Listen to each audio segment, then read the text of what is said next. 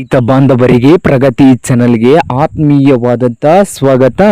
ಇಂದಿನ ಈರುಳ್ಳಿಯ ಮಾರುಕಟ್ಟೆಯ ಬೆಲೆಯನ್ನು ನೋಡಿಕೊಂಡು ಬರೋಣ.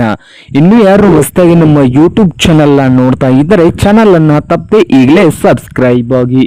ಇಂದು ಈರುಳ್ಳಿಯ ಮಾರುಕಟ್ಟೆಯ ಬೆಲೆ ನೋಡೋದಾದ್ರೆ ಇಂದು ಬಾಗಲಕೋಟೆಯಲ್ಲಿ ಒಂದು ಕ್ವಿಂಟಲ್ಗೆ 1200ದಿಂದ 2000 ರೂಪಾಯಿವರೆಗೆ ಬೆಲೆಯನ್ನು ಹೊಂದಿದೆ. 1200 ರೂಪಾಯಿದಿಂದ 2000 ಒಂದು ಕ್ವಿಂಟಲ್ಗೆ.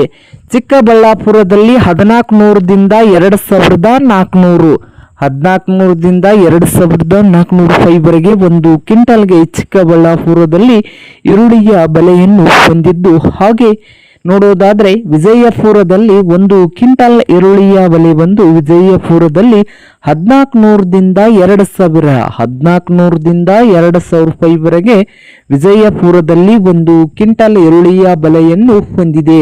ಬದಾಮಿಯಲ್ಲಿ 1000 ರೂಪಾಯಿದಿಂದ 2000 ರೂಪಾಯಿವರೆಗೆ ಒಂದು ಕ್ವಿಂಟಲ್ ಈರುಳ್ಳಿಯ ಬೆಲೆಯನ್ನು ಹೊಂದಿದೆ.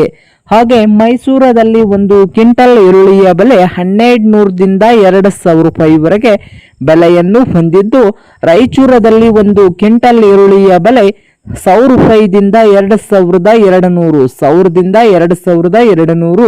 ಕೊಲ್ಲಾಪುರದಲ್ಲಿ ಒಂದು ಕ್ವಿಂಟಲ್ಗೆ 500 ರೂಪಾಯಿದಿಂದ 2000 ರೂಪಾಯಿವರೆಗೆ ಒಂದು ಕ್ವಿಂಟಲ್ ಈರುಳ್ಳಿಯ ಬೆಲೆಯನ್ನು ಹೊಂದಿದೆ. ನೋಡಿ ರೈತರೇ.